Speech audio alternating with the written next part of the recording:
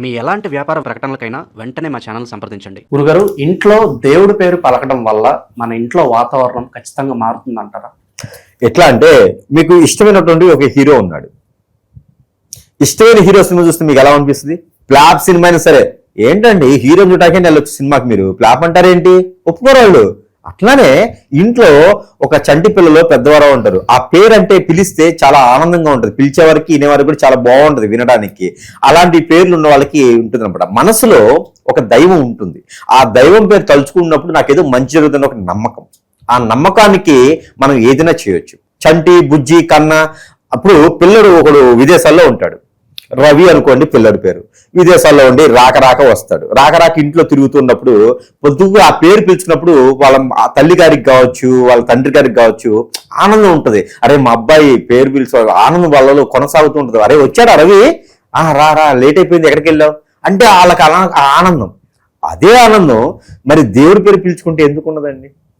ఎవరు మతానికి సంబంధించిన దేవుడి పేరు వాళ్ళు పిలుచుకోవడం వల్ల ప్రార్థన చేయొచ్చు, ప్రేయర్ చేయొచ్చు, ఎన్నో రకాల పూజలు చేసుకోవచ్చు, హోమం చేసుకోవచ్చు. అలాగే రకరకాల పేర్లు ఉన్నాయి.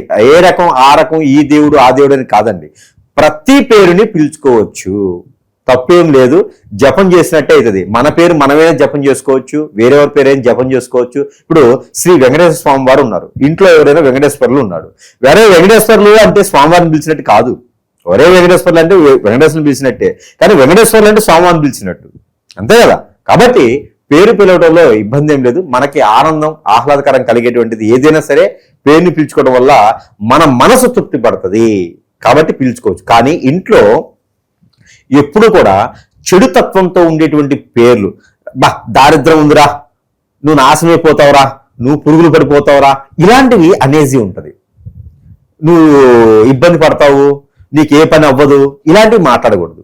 ఇంట్లో లేచిన దగ్గర నుంచి కూడా సాయంత్రం వరకు నిద్రపోయేంత వరకు కూడా ప్రతిదీ కూడా ఏం కాదు, ప్రశాంతంగా ఉండండి, అన్నీ కొనసాగుతాయి అనేటువంటి తత్వంతో ఆ దేవుడే చూసుకుంటాడంటే, దేవుడు అనగా రూపం లేదు, దేవుడు అనగా ఒక శక్తి, దేవుడు అనగా ఒక అగ్ని, దేవుడు అనగా ఒక రూపం లేనటువంటి ఒక రకమైనటువంటి రూపం లేనటువంటి ఒక రూపం, ఒక వెలుగు. కాబట్టి ఆ తెలియనటువంటి దాన్ని మనం దేవుడిగా కొలుస్తాం. కాబట్టి ఆ దేవుడు చూసుకుంటాడంటే చాలు.